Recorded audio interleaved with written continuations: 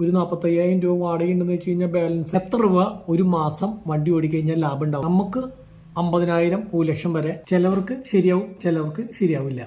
നല്ലപോലെ ഓട്ടമുണ്ടെങ്കിൽ ലാഭമുള്ള.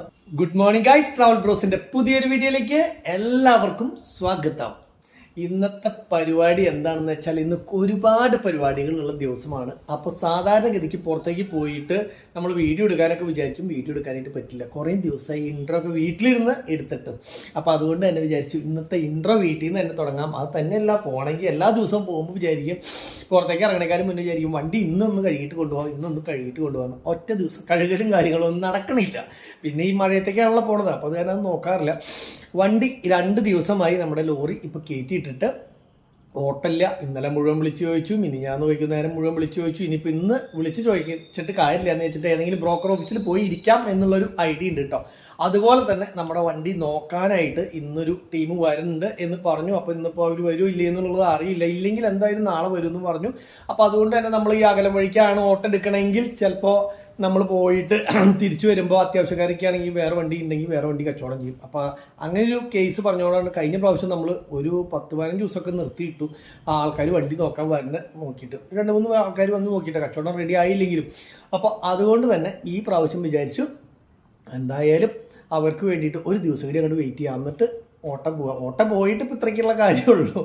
അപ്പോൾ പിന്നെ എന്തായാലും എന്താ പറയുക, വരുന്നവർ ഇഷ്ടപ്പെടുകയാണെങ്കിൽ കച്ചവടം ചെയ്യുകയാണെങ്കിൽ ആ ഒരു പരിപാടി അങ്ങോട്ട് നടക്കട്ടെ. അതാണ് ഒന്നുകൂടി ഇഷ്ടം. പിന്നെയെന്ന് പറഞ്ഞു കഴിഞ്ഞാൽ കഴിഞ്ഞ പല ആൾക്കാരും പറയുന്നുണ്ട്, നിങ്ങൾ വണ്ടിയുടെ ലാഭം പറയുന്നു. ലാഭമൊക്കെ ഞാൻ കറക്റ്റായിട്ട് പറഞ്ഞുതരാം. ലാഭമില്ലാത്ത പരിപാടിയൊന്നുമില്ല, ലാഭമൊക്കെ തന്നെയാണ്. ആ കണക്കും കാര്യങ്ങളൊക്കെ കറക്റ്റായിട്ട് വേണമെങ്കിൽ ഈ ഒരു ട്രിപ്പ് പോയതിൻ്റെ കാര്യങ്ങളൊക്കെ കറക്റ്റായിട്ട് പറയാം. അല്ല നിതയ്ക്ക് അറിഞ്ഞൂടെ കണക്കൊക്കെ? ആ നിതൊന്ന് പറഞ്ഞു, ഒന്നും കേൾക്കട്ടെ. പറയാനുണ്ടാ? അതന്നെ നിത പറയണില്ല എന്ന് പറഞ്ഞു. രാവിലെ തന്നെ ഇവിടെ നിതന്ന് വെള്ളപ്പങ്ങാടിയിൽ നിന്ന് മേടിച്ചിട്ടുള്ള അപ്പം പോലെയുള്ള അപ്പമാണ് കേട്ടോ നിത ഉണ്ടാക്കി വെച്ചിരിക്കണം. അതേപോലെ തന്നെ നമ്മുടെ ഭാരത് ഹോട്ടലിൽ നിന്ന് മേടിച്ചിട്ടുള്ള പോലത്തെ ഗ്രീൻ പീസ് കറി. ഇതെങ്ങനെ നിത ഇത് പഠിച്ചു? സത്യം പറ, തുറന്നു പറയാം. ആ രക്ഷപ്പെടാം. പറയേ, ഈ ഒരു റെസിപ്പി നിനക്ക് ആർക്കെങ്കിലും പറഞ്ഞു കൊടുക്കാൻ പറ്റുമോ? ഈ ഗ്രീൻ പീസ് കറിയുടെ ആ അതാണ് റെസിപ്പി. അപ്പം ഞങ്ങൾ രാവിലെ ചായ കൂടിയൊക്കെ കഴിഞ്ഞു. മുത്താണെങ്കിൽ രാവിലെ തന്നെ സ്കൂളിലേക്ക് പോയി. അപ്പോൾ ഞാൻ ഒല്ലൂർ വേ ബ്രിഡ്ജിലാണ് വണ്ടി കിടക്കണത്. അപ്പോൾ അങ്ങോട്ടേക്ക് പോകാമെന്ന് വിചാരിച്ചിട്ടാണ് നിൽക്കണം. അപ്പോൾ 2 ദിവസം ഇന്നലെ പോകാൻ വേണ്ടി നിന്നപ്പോൾ എനിക്ക് അവിടെ വീട് പണിയുടെ കാര്യങ്ങളും ടൈൽസ് ഒട്ടിക്കുന്ന കാര്യത്തിനൊക്കെ പണിക്കാർ വന്നപ്പോൾ കൊണ്ട് തന്നെ അങ്ങോട്ടേക്ക് പോകേണ്ട വന്നു. അപ്പോൾ ഇന്ന് എന്തായാലും വണ്ടിയുടെ ഓട്ടത്തിൻ്റെ കാര്യത്തിന് ഒന്ന് പോയി നോക്കാം. ശരിയാവുകയാണെങ്കിൽ ശരിയാവട്ടെ, ഇല്ലയെന്ന് വെച്ച് കഴിഞ്ഞാൽ നാളത്തേക്കോ അല്ലെങ്കിൽ മറ്റന്നാളത്തേക്ക് എപ്പോഴും ഓട്ടം കിട്ടാന്ന് വെച്ചാൽ അപ്പോൾ ഓടണം. ഓട്ടത്തിൻ്റെ കാര്യം ഞാൻ പറഞ്ഞില്ലേ, കാര്യങ്ങൾ ഞാൻ ബുക്ക് എടുത്ത് കറക്റ്റ് കാണിച്ചു തരാം. പിന്നെ നമ്മളുടെ താറ് കഴുകിയിട്ട് ഈ പറഞ്ഞ പോലെ തന്നെ ഒരാഴ്ചയായി. ഈ മഴ ആയതുകൊണ്ട് തന്നെ നമ്മൾ ഇന്ന് കഴുകണ്ട, നാളെ കഴുകാം, മറ്റന്നാൾ കഴുകാം, അങ്ങനെ കഴുകാമെന്ന് വിചാരിച്ചിട്ട് ഇരിക്കലുള്ളൂ. കഴുകൽ ഇല്ല. അപ്പം മൊത്തം അടിച്ച് കഴുകി വൃത്തിയാക്കാണ്ട് മഡ്കാണ്ട് അടിയൊക്കെ കണ്ടോ. അതിൻ്റെ ഇടയ്ക്ക് ഇന്നലെ നമ്മളുടെ ഈ വണ്ടിയുടെ ഒരു സിഗ്നൽ ലൈറ്റ് കത്തിയായിരുന്നു കേട്ടോ.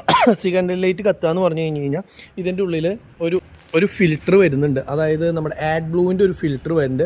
ആ ആഡ് ബ്ലൂവിൻ്റെ ഒരു ഫിൽറ്റർ ചില സമയത്ത് അടയാനായിട്ട് ചാൻസ് ഉണ്ട്. അത് നമ്മൾ RPM ഉണ്ടല്ലോ, RPM തീരെ കുറച്ച് ഓടിക്കുകയാണെങ്കിൽ അങ്ങനെ ഓടിക്കുന്ന വണ്ടികൾക്ക്, അതായത് മെല്ലെ പോണ വണ്ടികൾക്ക്, RPM കയറ്റി ഓടിക്കാത്ത വണ്ടികൾക്ക്, മെല്ലെ പോണ വണ്ടികൾക്ക് ചെറുതായിട്ട് ഈ ആ ഫിൽറ്റർ ചെറുതായിട്ട് അടവ് വരും. മറ്റൊന്ന് പറഞ്ഞു കഴിഞ്ഞാൽ പവർ കയറി ചെല്ലുമ്പോൾ തന്നെത്താൻ തുറക്കും എന്നാണ് പറഞ്ഞത്. അപ്പോൾ ഞാൻ ഈ പറഞ്ഞ പോലെ തന്നെ അങ്ങനെ വന്നു കഴിഞ്ഞപ്പോൾ കമ്പനിയിലേക്ക് വിളിച്ച് പറഞ്ഞു ഇന്നതുപോലെ ഒരു ലൈറ്റ് കത്തുണ്ടല്ലോ. അപ്പോൾ അവർ പറഞ്ഞു അത് വണ്ടി എടുക്കുന്ന സമയത്ത് അവർ പറഞ്ഞിട്ടുണ്ടായിരുന്നു, അങ്ങനെ വരുന്ന സമയത്ത് ഒന്ന് RPM കയറ്റി ഓടിച്ചാൽ മതി. അതാണ് പറഞ്ഞത്.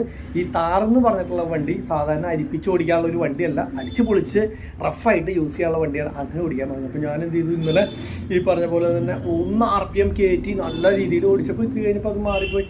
അപ്പോൾ അങ്ങനെ ഇടയ്ക്കിടയ്ക്കെങ്കിലും നമുക്ക് ആ ഫിൽറ്റർ അടയാണ്ടിരിക്കാൻ വേണ്ടി RPM ഒക്കെ കയറ്റി ഓടിക്കണം എന്ന് പറഞ്ഞിട്ടുണ്ട്.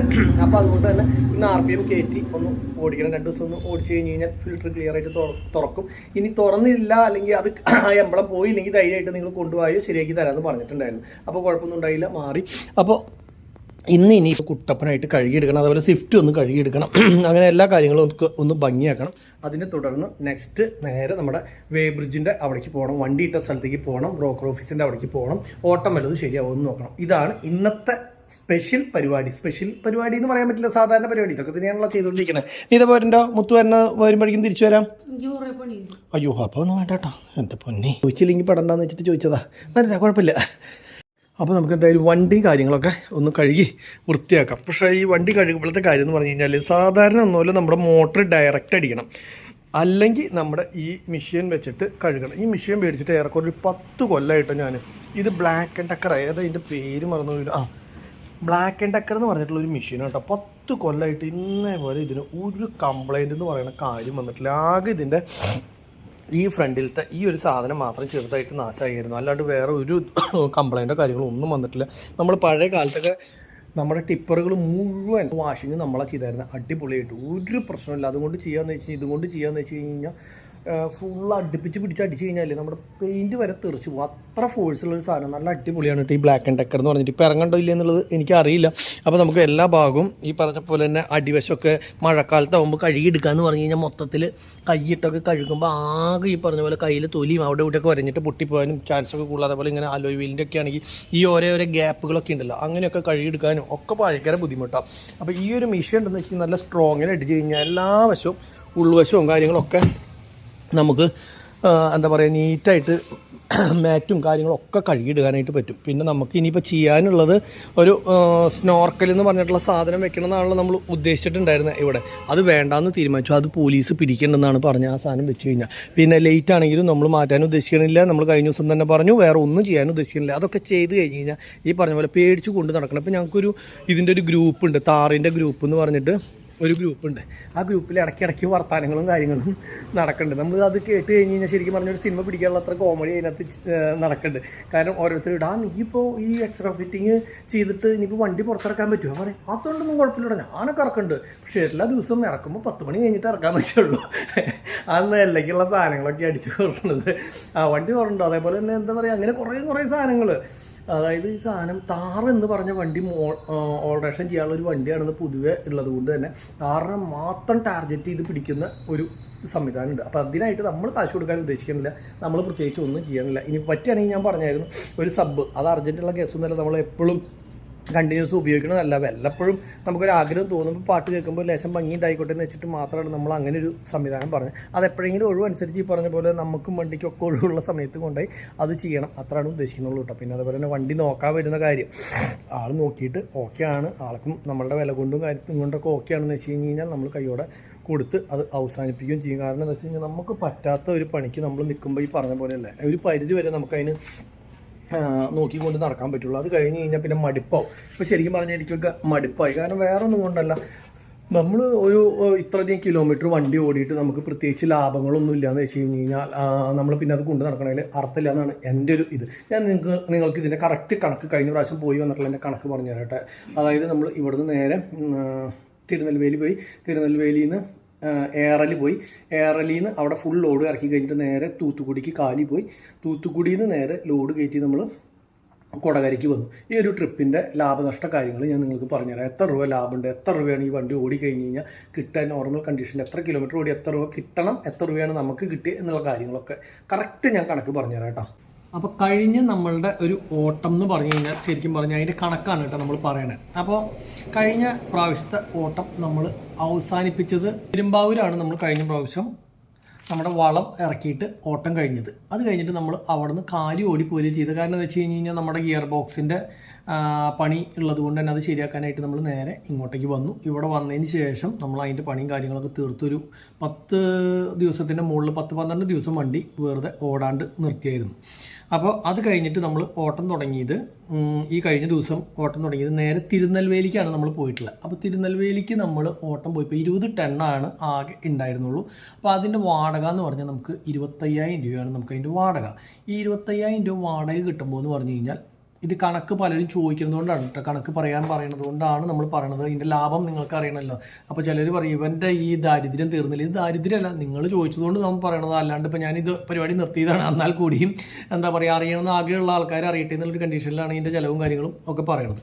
അപ്പോൾ നമുക്ക് 25,000 രൂപ ഇതിൻ്റെ വാടക കഴിഞ്ഞപ്പോൾ നമ്മൾ ഡ്രൈവർക്ക് കൊടുക്കുന്ന ശമ്പളം 4,000 രൂപ ഡ്രൈവർക്ക് കൊടുക്കണം നമ്മൾ. പിന്നെ ഡീസലാണെങ്കിൽ 10-15,000 രൂപയുടെ അടുത്ത് ഡീസൽ നമുക്ക് വരും. അതെന്താ വെച്ച് കഴിഞ്ഞാൽ ഞങ്ങൾ ഇതിലെ പോയതുകൊണ്ടാണ് കേട്ടോ. തിരുനെൽവേലിക്ക് നമ്മൾ പോയത് തെങ്കാശി അങ്ങനെ ആ വഴിക്ക് ആര്യങ്കാവ് ആ വഴിക്ക് കയറി അങ്ങനെ പോയതുകൊണ്ടാണ് ഡീസൽ കുറച്ച് കൂടുതൽ വന്നത്. പക്ഷേ നമ്മൾ മറ്റേ വഴിക്ക് പോകുകയാണെങ്കിൽ ഒരു 3,000 രൂപയുടെ അടുത്ത് ടോൾ വരും നമുക്ക്. അപ്പോൾ അതുകൊണ്ട് തന്നെ നമ്മൾ ഈ വഴിക്കാണ് പോയത്.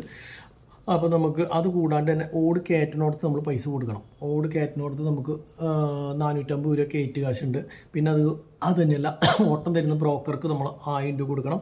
പിന്നെ ഡീസൽ നമുക്ക് പറഞ്ഞു, ഡ്രൈവറും പറഞ്ഞു. പിന്നെ ഇറക്ക് കാശ് അവിടെ ഇറക്കാനായിട്ട് നമുക്കൊരു 1300 രൂപ ഇറക്ക് കാശ് നമുക്ക് അവിടെ വരും. പിന്നെ പ്രത്യേകിച്ച് ചിലവുകളൊന്നുമില്ല. ഇത്ര ചിലവ് കൂട്ടിയിട്ട് നമുക്ക് 21,500 അടുത്ത് ചിലവ് വന്നു. നമുക്ക് ബാലൻസ് കിട്ടിയത് 3,500 രൂപയാണ് നമുക്ക് ടോട്ടൽ എല്ലാം കഴിച്ചിട്ട് ബാലൻസ് കിട്ടിയത്. ഈ ബാലൻസ് കിട്ടിയപ്പോൾ എന്ന് പറഞ്ഞു കഴിഞ്ഞാൽ ഇത് നമ്മൾ ഓടിയ കിലോമീറ്ററിൻ്റെ ഇത് വെച്ചിട്ട് നമുക്ക് ഈ എന്താ പറയുക 3,500 രൂപ ലാഭം കിട്ടുമ്പോൾ നമ്മൾ ഓൾറെഡി കാലിയാണ് നമ്മുടെ വണ്ടി പെരുമ്പാവൂരിൽ നിന്ന് ഓടി ഇങ്ങോട്ട് വന്നത്. അത് ടോട്ടൽ ഇവിടുത്തെ ഓട്ടം അതുപോലെ ലോഡ് എടുക്കാൻ വേണ്ടിയിട്ട് നമ്മൾ ഇത് എടുത്ത സ്ഥലത്ത് നിന്ന് നമ്മൾ നോക്കുകയാണെങ്കിൽ ആകെ 388 കിലോമീറ്ററാണ് ഓടിയിട്ടുള്ളൂ. പക്ഷേ നമ്മൾ കാലിയോട്ടം ടോട്ടൽ ഇവിടെ വന്ന് 2 പ്രാവശ്യം ഇങ്ങോട്ടേക്ക് വന്ന് ഓട്ടത്തിന് വേണ്ടി തിരിച്ചു വന്നു. നമ്മൾ വീണ്ടും ഷെഡിൽ കൊണ്ടിട്ടു. വീണ്ടും ഓട്ടത്തിന് പല സ്ഥലങ്ങളിലേക്ക് ഈ ബ്രോക്കർ ഓഫീസിൽ നിന്ന് എടുത്തു പോയി. അങ്ങനെ പിന്നെ വണ്ടി ഇത് ചെയ്തും ആയിട്ടുള്ള ടോട്ടൽ കിലോമീറ്റർ നമുക്ക് അപ്പം മാത്രം കാലിയോട്ടം 171 കിലോമീറ്റർ നമ്മൾ കാലി ഓടി. ഈ 171 കിലോമീറ്റർ കാലി ഓടുക എന്ന് പറഞ്ഞു കഴിഞ്ഞാൽ നമ്മൾ ഈ ഓരോട്ടം കഴിഞ്ഞിട്ട് അടുത്ത ഓട്ടം കിട്ടാൻ വേണ്ടിയിട്ടുള്ള സ്ഥലത്തേക്ക് വരുമ്പോൾ വരുന്ന കാലിയോട്ടത്തിൻ്റെയാണ്. അതൊക്കെ നമ്മൾ ഡീസലിൽ കൂട്ടുകയാണെന്ന് വെച്ച് കഴിഞ്ഞാൽ നമ്മൾ ഇതിലും കൂടുതൽ ഡീസൽ അടിച്ചിട്ടുണ്ട്. അപ്പോൾ നമുക്ക് 3,500 രൂപ അവിടേക്ക് പോയിപ്പോൾ 3,500 രൂപയല്ല 3,500 രൂപ 3,500 രൂപ നമുക്ക് അവിടേക്ക് പോയിപ്പോൾ കിട്ടിയിട്ടുണ്ട്. തിരിച്ച് നമ്മൾ ഇങ്ങോട്ടേക്ക് വരുമ്പോൾ നമുക്ക് ഈ പറഞ്ഞ പോലെ തന്നെ 30,000 രൂപയാണ് വാടക. എല്ലാവരും പറയും ഇവിടെ നിന്ന് വലിയ വാടക കുറച്ച് പോയാലും അവിടെ നിന്ന് വലിയ വാടകയ്ക്ക് ഇങ്ങോട്ട് വരാമെന്ന്. അവിടെ നിന്ന് നമ്മൾ 25 ടണ്ണ് കയറ്റി നമുക്ക് 1,400 രൂപ ആണ് ഒരു ടണ്ണിന്. 1,200 രൂപ 1,200 രൂപയാണ് ഒരു ടണ്ണിന്. 25 ടണ്ണ് കയറ്റി നമ്മൾ വന്നപ്പോൾ 30,000 രൂപയാണ് നമുക്ക് അതിൽ നിന്നും വാടക കിട്ടിയത്.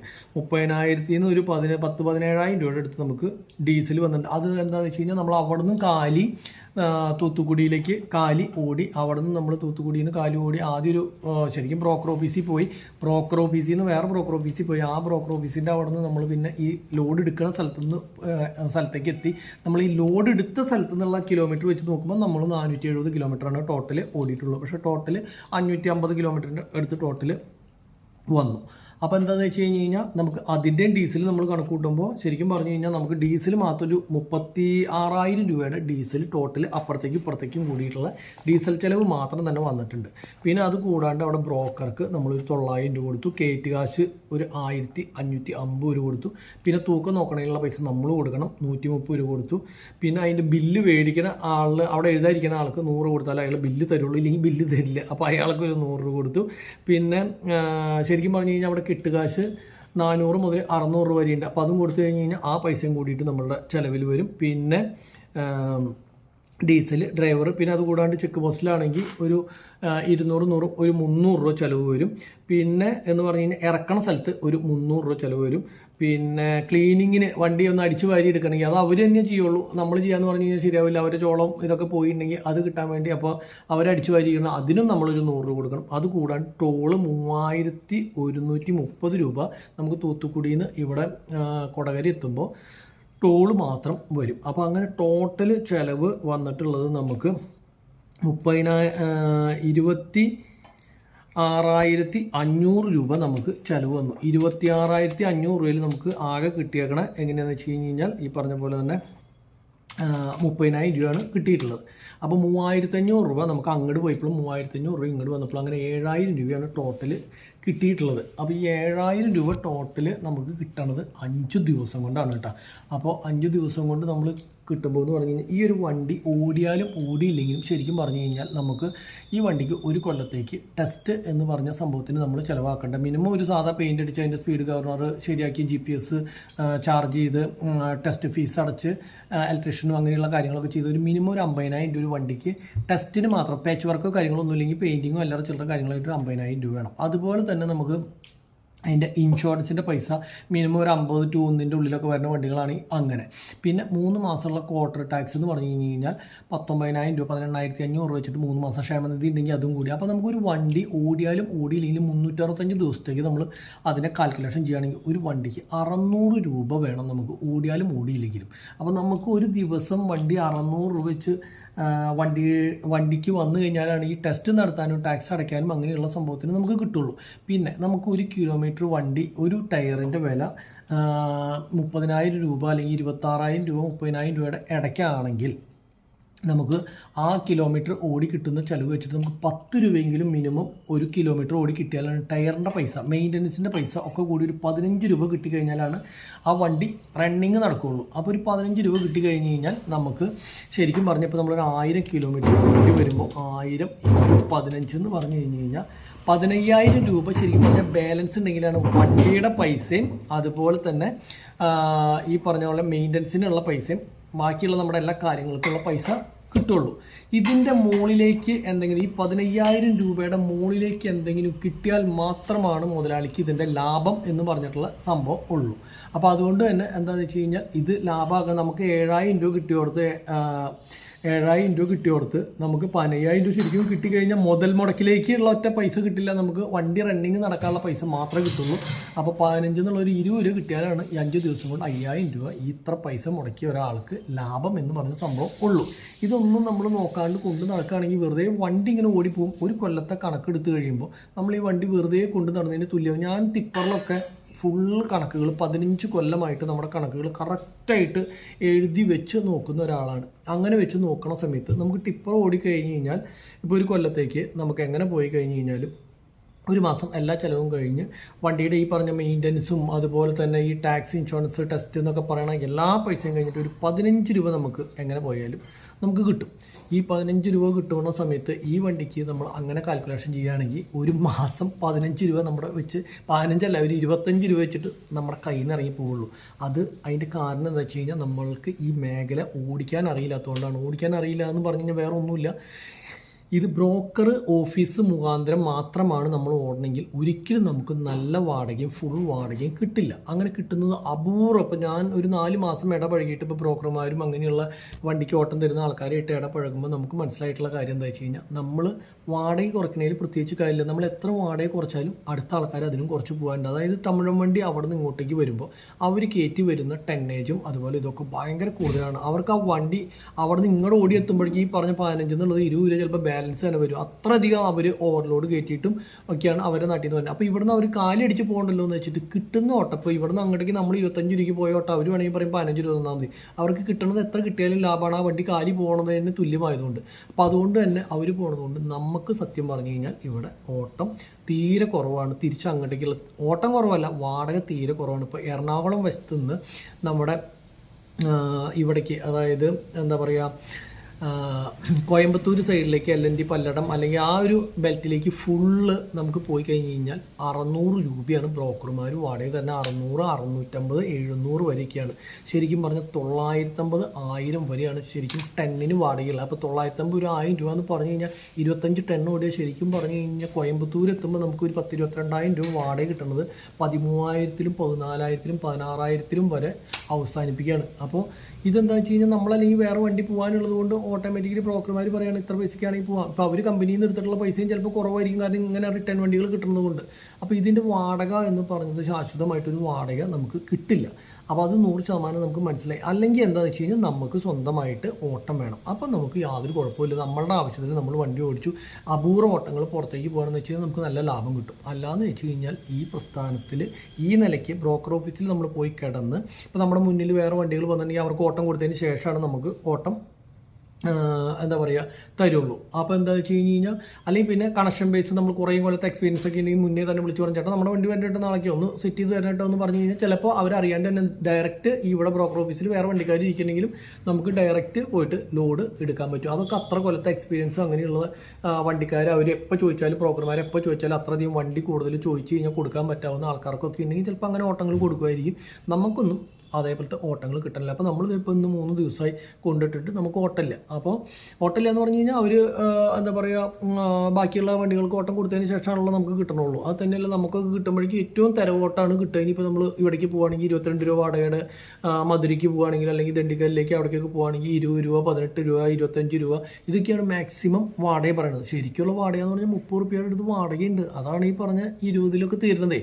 അപ്പോൾ അങ്ങനെ വെച്ച് നോക്കുമ്പോൾ ഇത് എന്നെ സംബന്ധിച്ചിടത്തോളം എനിക്ക് താല്പര്യക്കുറവായി തുടങ്ങി. നമുക്ക് ഇത്ര പൈസ മുടക്കിയിട്ട് ഇത്ര പൈസ കിട്ടിയാൽ പോരാ എന്നുള്ളൊരു കാൽക്കുലേഷനാണ്. പിന്നെയാണെങ്കിൽ രണ്ടാമത്തെ കേസ് എന്ന് പറഞ്ഞു കഴിഞ്ഞാൽ നമുക്ക് ആഗ്രഹം കൊണ്ടാണ് നമ്മൾ വണ്ടി മേടിക്കുന്നത്. അപ്പോൾ നമുക്ക് എന്തെങ്കിലും ഒന്ന് വണ്ടിയും ഒരു മോഡിഫിക്കേഷൻ ചെയ്യാനോ അല്ലെങ്കിൽ ലൈറ്റ് കൂടുതൽ വെക്കാനോ അല്ലെങ്കിൽ എന്താ പറയുക ഒരു കാര്യത്തിനും നമ്മുടെ ആഗ്രഹത്തിന് വണ്ടിയുമ ഇത് ചെയ്യാൻ പറ്റില്ല. അത് തന്നെയല്ല നമുക്ക് തരുന്ന റൂൾസ് ആൻഡ് റെഗുലേഷൻസ് എന്ന് പറഞ്ഞാൽ കറക്റ്റാണ്. അതായത് നിങ്ങൾ ഇങ്ങനെ ചെയ്തില്ലെങ്കിൽ അപ്പോൾ ഫൈൻ, ഇന്നതുപോലെ ചെയ്തില്ലെങ്കിൽ ഫൈൻ എന്നുള്ള കാര്യത്തിന് ഫൈൻ അടിച്ച് നമ്മുടെ ഇപ്പോൾ ലൈൻ ട്രാഫിക്കിന് ഞാൻ പറഞ്ഞില്ല 1500 രൂപ അടച്ചു.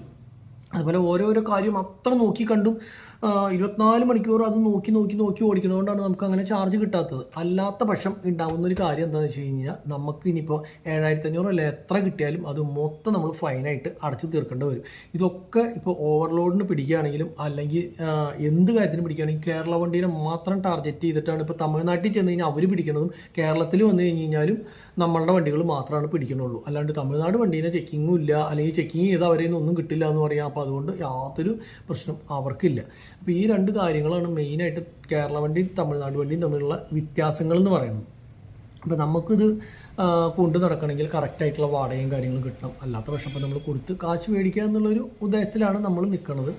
പിന്നെ കുറേ ആൾക്കാർ നമ്മുടെ അടുത്ത് കമൻ്റ് അയച്ചു, നിങ്ങൾ പുത്തേട്ട് ട്രാവൽ വ്ളോഗ് എന്ന് പറഞ്ഞിട്ടുള്ള വ്ളോഗ് കണ്ടാൽ മതി, അവരെങ്ങനെ വണ്ടി ഓടിക്കണമെന്ന് അവരോട് ചോദിച്ച് മനസ്സിലാക്കിയാൽ മതി, അവർക്കറിയാം അവരിങ്ങനെ കുറേ വണ്ടികളൊക്കെ കൊണ്ട് നടക്കണമെന്ന്. ഞാൻ അവരുടെ വ്ളോഗുകളൊക്കെ ഇഷ്ടംപോലെ കണ്ടിട്ടുണ്ട്. ഈ കഴിഞ്ഞ ദിവസത്തെ ഒരു വ്ളോഗ് കണ്ടപ്പോൾ അതിൽ ആ ചേട്ടൻ വ്യക്തമായിട്ട് പറയുന്നുണ്ട്, ഞങ്ങൾ ഇത്ര രൂപയ്ക്കാണ് അവിടേക്ക് പോയത്, ഇത്ര രൂപയ്ക്കാണ് ഞങ്ങൾ അവിടെ ലോഡ് ഇറക്കി എല്ലാ കാര്യങ്ങളും ചെയ്തത്, ഞങ്ങൾക്ക് എല്ലാം കഴിഞ്ഞ് ടോളിൻ്റെ പൈസ ഗുജറാത്ത് അവിടെ വരെ കണ്ട് എത്തിയിട്ട് 10,000-15,000 രൂപയുണ്ട്. ആ പൈസ കയ്യിൽ നിന്ന് എടുത്ത് കൊടുത്തിട്ടാണ് ആ ലോഡ് അവിടെ എത്തിയത്. അപ്പോൾ 15,000 രൂപ ടോളിൻ്റെ പൈസ നഷ്ടപ്പെട്ടിട്ടാണ് ആ വണ്ടി അവിടെ എത്തിയിട്ടുള്ളത്.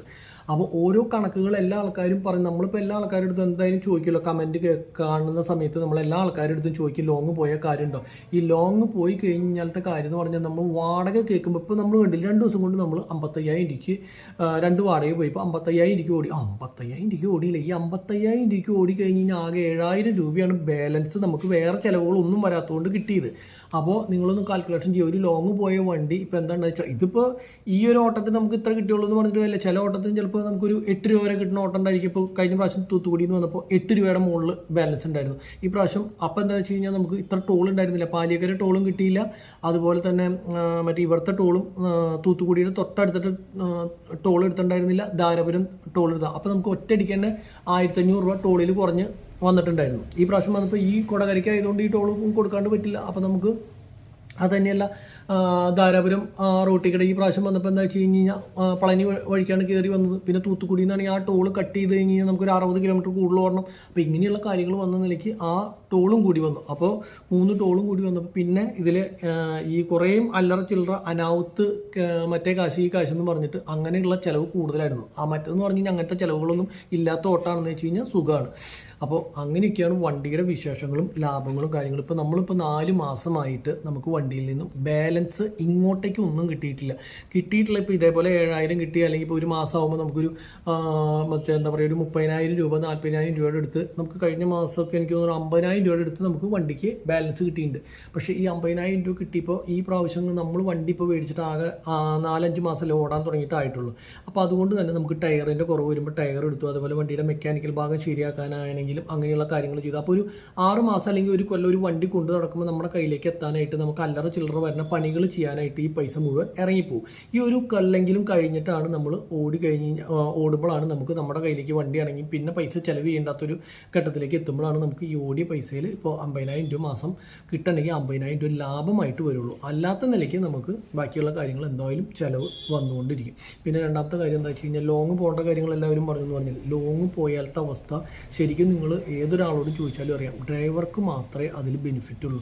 അതായത് ലോങ് പോയി കഴിഞ്ഞ് കഴിഞ്ഞാൽ ഡീസലും ടോളും സംഭവങ്ങളൊക്കെ കഴിഞ്ഞ് കഴിഞ്ഞാൽ ഇപ്പോഴത്തെ ഒരു നിലപാടിൽ നമ്മൾ ലോക്കൽ ഓടിനേക്കാളും പൈസ കുറവാണ് ലോങ് ഓടുമ്പോൾ. വാടക പറയുമ്പോൾ 1 ലക്ഷം രൂപയുണ്ട്, അവിടേക്ക് 2 ലക്ഷം രൂപയുണ്ട് വാടക. നമുക്കെല്ലാം കഴിഞ്ഞിട്ട് 35,000 രൂപ കിട്ടി ലാഭം എന്ന് പറയുമ്പോൾ ഈ 35,000 രൂപ കിട്ടുന്നത് എത്ര ദിവസം കൊണ്ടാണ് എന്നുള്ളത് നമ്മൾ ആലോചിക്കണം. അത് തിരിച്ച് ആ ഒരു പോക്ക് പോയിട്ട് തിരിച്ച് വരുമ്പോൾ ചിലപ്പോൾ ഒരു മാസം കഴിഞ്ഞിട്ട് വരും. അപ്പോൾ ആ 35,000 മാത്രം തന്നെ ബാലൻസ് ഉണ്ടാവുള്ളൂ. 15 ദിവസം പോയി അവിടെ കിടന്ന് ഇറക്കാൻ പോയെടുത്ത് കിടന്നു, അന്യ സംസ്ഥാനത്ത് പോയിട്ട് നമുക്ക് ഈ പറഞ്ഞ പോലെ തന്നെ ഒന്നും അറിയാണ്ട് അതിന് ഗൈഡിനെ വിളിച്ചു, അതിന് 500 രൂപ കൊടുത്തു, അല്ലെങ്കിൽ വേറെ കാര്യങ്ങൾക്ക് അനാവത്തായിട്ട് അങ്ങനെ ചിലവും കാര്യങ്ങളും കണ്ടമാനം വരുന്നൊരു സ്ഥലമാണ് പുറത്ത്. അവിടെ ചെന്ന് നമ്മൾ തർക്കിക്കാനോ പറഞ്ഞിട്ട് ഒന്നും കാര്യമില്ല. അപ്പം നമ്മുടെ നാട്ടിൽ നമ്മുടെ കൺമുന്നിൽ ഇപ്പോൾ എനിക്ക് ഓടിയിട്ട് ഏറ്റവും ഒരു ലാഭകരമായിട്ട് തോന്നിയത് നമ്മൾ ഈ കോയമ്പത്തൂർ സൈഡിൽ നിന്ന് എറണാകുളം സൈഡിലേക്ക് എന്തെങ്കിലും ലോക്കൽ ഒരു 150-200 കിലോമീറ്ററിൻ്റെ ഉള്ളിൽ ഓടുന്ന ഓട്ടങ്ങളാണെങ്കിൽ എങ്ങനെ പോയൊരു 2,500 രൂപ ബാലൻസ് ഉണ്ട്. ഈ 2,500 രൂപ ബാലൻസ് ഉണ്ടെങ്കിൽ ഏറ്റവും നല്ലത് അതാണ്. അപ്പോൾ നമുക്ക് അങ്ങോട്ട് പോയി ഇങ്ങോട്ട് വരുമ്പോൾ ഒരു 5,000 രൂപ കിട്ടി. അപ്പോൾ നമുക്ക് ആകെ ഓട്ടം വരുന്ന കൂടി വന്ന ഒരു 500 കിലോമീറ്ററിൽ ഒരു 5,000 രൂപ ബാലൻസ് കിട്ടും. ഇത് 1000 കിലോമീറ്റർ ഓടിയിട്ടാണ് നമുക്ക് ഈ പറഞ്ഞിട്ടുള്ള ബാലൻസ് കിട്ടുന്നത്.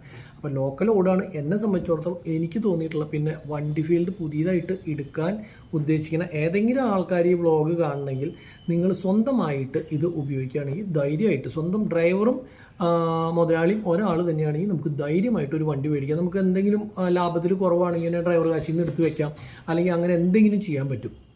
അത് തന്നെയല്ല നല്ല ഓട്ടം, അല്ലെങ്കിൽ സ്വന്തമായിട്ട് അത് ഞാൻ പറഞ്ഞതാണ്, അല്ലെങ്കിൽ സ്വന്തമായിട്ട് ഓട്ടം ഉണ്ടാവണം. പിന്നെ നമ്മൾ ഈ കാണുമ്പോൾ നമ്മൾ അതിൻ്റെ സുഖവശങ്ങൾ മാത്രമാണ് കാണുന്നുള്ളൂ. നിങ്ങൾ ഒരു സ്ഥലത്ത് ചെന്നിട്ട് ഓട്ടം അന്വേഷിച്ച് 1 ദിവസം 2 ദിവസം 3 ദിവസമൊക്കെ കിടന്നു കഴിയുമ്പോൾ ഓട്ടോമാറ്റിക്കലി നമുക്ക് എങ്ങനെയെങ്കിലും നാട്ടിലെത്തിയാൽ മതി എന്നുള്ള ഒറ്റൊരു ആലോചനയോ അപ്പോൾ നമ്മൾ കിട്ടിയ ഇതിന് എടുത്തു പോരും അങ്ങനത്തെ മൈൻഡ്. അപ്പോൾ വീട്ടിൽ ഫാമിലി ആയിട്ട് അറ്റാച്ച്മെൻറ്റ് അല്ലെങ്കിൽ വേഗം വീട്ടിലേക്ക് വരണം ഇങ്ങനെയുള്ള കൺസെപ്റ്റുള്ള ആൾക്കാരൊന്നും ഈ ഒരു ഫീൽഡിലേക്ക് വരികയേ ചെയ്യരുത്. കാരണം എന്താ വെച്ച് കഴിഞ്ഞ് കഴിഞ്ഞാൽ ഇതെന്ന് പറഞ്ഞു കഴിഞ്ഞാൽ ഒരു ലോകം ഇതേപോലെ നമ്മൾ ഇവിടുന്ന് കയറി ഇരുന്ന് കഴിഞ്ഞ് കഴിഞ്ഞാൽ അടുത്തത് എവിടേക്കാണ് പോകുന്നത്, ആ സ്ഥലത്ത് നിന്ന് വേറെ എവിടേക്കാണ് പോകുന്നത്, അങ്ങനെയൊക്കെ ഓടി പോവുകയാണെന്ന് വെച്ച് കഴിഞ്ഞാൽ നമ്മൾ ഗൾഫിൽ പോയെന്ന് വിചാരിക്കണം വീട്ടുകാർ. അപ്പോൾ അങ്ങനത്തെ ഒരു കൺസെപ്റ്റ് ആണെങ്കിൽ റെഡിയാണ്. നമുക്ക് ഈ പറഞ്ഞ പോലെ തന്നെ അവിടുന്ന് വേറെ സ്ഥലത്തേക്ക് പോയി അങ്ങനെ ഓട്ടങ്ങളും ഉണ്ടാവും, പൈസകളും ഉണ്ടാവും, കാര്യങ്ങളും ഉണ്ടാവും. അപ്പോൾ നേരെ വണ്ണം കൊണ്ട് നടക്കുകയാണെങ്കിൽ ഡയറക്റ്റ് ഓട്ടോ ഉണ്ടെങ്കിൽ അത്യാവശ്യം നല്ലൊരു ഫീൽഡാണ്, പൈസയും കിട്ടും. അത് നമുക്കൊരു കൊല്ലം ഇത് കൊണ്ടു നടന്ന് അതിൻ്റെ ഫുള്ള് അഡ്ജസ്റ്റ്മെൻറ്റുകളും കിട്ടും. എന്നെ സംബന്ധിച്ചിടത്തോളം ഇതൊരു മടുപ്പായതുകൊണ്ടാണ് ഞാൻ കൊടുക്കാമെന്ന് വിചാരിക്കുന്നത്. അല്ലാണ്ട് ഇപ്പോൾ ഇത് തീരെ ഒരു മോശം ഫീൽഡാണെന്നോ അല്ലെങ്കിൽ വേറെ എന്താ പറയുക നമുക്ക് താല്പര്യമില്ലായ്മ കൊണ്ടാണ് ഇതിൻ്റെ ഒരു ഇത്.